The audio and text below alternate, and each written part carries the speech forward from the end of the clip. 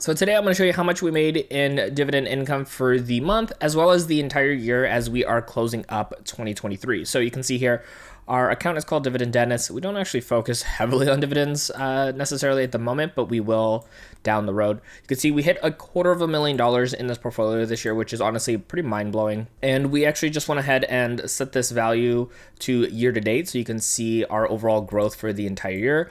Has honestly been pretty amazing. We slowed down on the amount that we're investing in right now as the market has been taking off. So kind of when everybody's getting greedy, we're getting a little fearful. And back earlier in the year when everybody was fearful, we were getting pretty greedy with our deposits.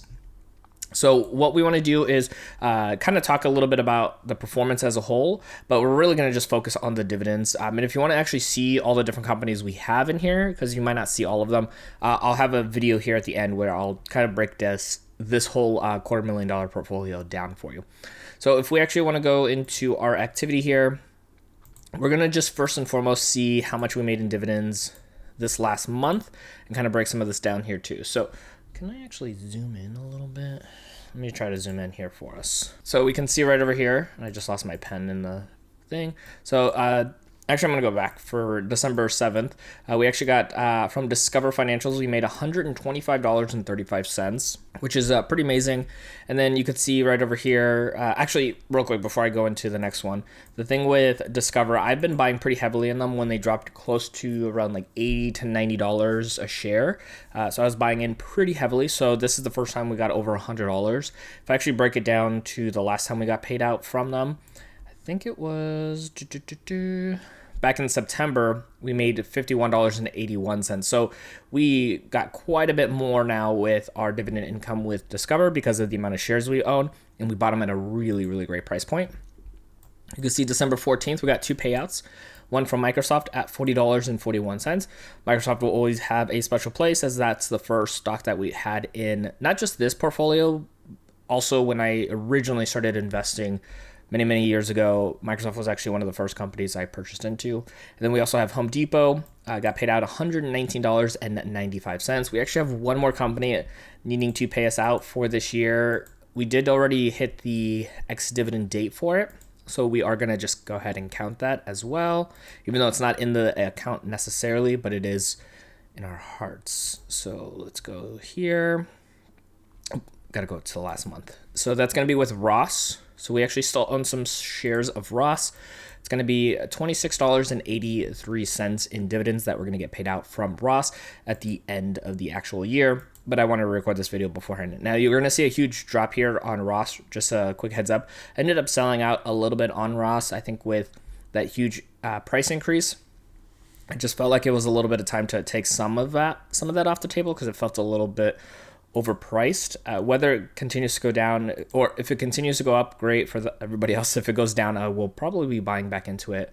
But at this price point with the PE ratio and everything else, it's just a little too rich for my taste in that regard. Now we're going to go into my dividend tracker. Now this is actually just something that I put together. If you actually are interested in this, I will have a link for you. You can go ahead and check out in the show notes. This will be free. You just give me your email and I will not bother you because I almost never send out emails. And what this actually does is just plugs in all of my actual numbers. So there's a lot of great dividend trackers out there, but this one I actually like to track my actual payouts. So I've been putting them all in here, and I'm going to zoom in just a little bit here for us as well too, so we can just see things a little bit closer up. So you can see here, so for December of 2023, with everything plugged in plus the Ross, even though it's not deposited yet, it's still going to be. We have a total of $312.54, which has been amazing. By far and away the highest month we've ever earned when it comes to dividends. You can see the next one closest is going to be $230. So we blew that out of the water. And then if you look at last year in 2022 for the same month, that was $164. So we almost doubled the amount of dividends that we were coming in. Now, granted, that is a lot of us putting more money in, especially in 2022 when the market was down so low. So for us, I think that's still a great thing because that means long term that's going to have a huge impact, especially when companies are going to increase their dividends as well. Now, if I actually want to take a look here, the other nice thing is too, for the full year, we actually made 1,000. I kind of covered that up. $1,545 in total, where last year we made $944. Now that's about a 63% increase in total for the year growth. So that's a really nice growth rate right there. You can see it's obviously slowing down. We went from 2,000% to 180% to 83 to 63.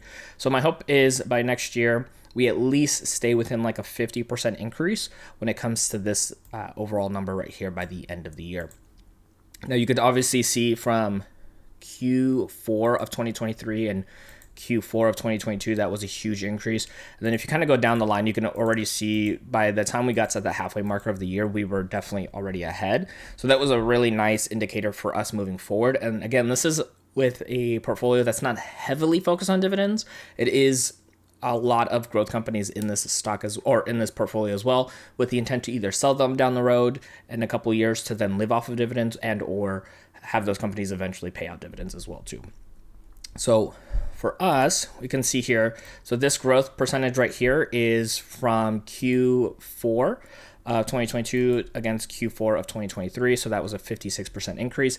This pay per hour that I actually put in here, this says 18 cents. And I know some people do it where it's pay per hour for like an 8-hour workday, 5 days a week. I actually just do a full 24 hours, 7 days a week kind of pay, because I want to know what I'm making even when I'm sleeping. So this, just for this account, I'm making 18 cents per hour, awake, asleep, working, not working, anything I'm doing, that's how much I'm making right there. So that's in my total for M1 Finance.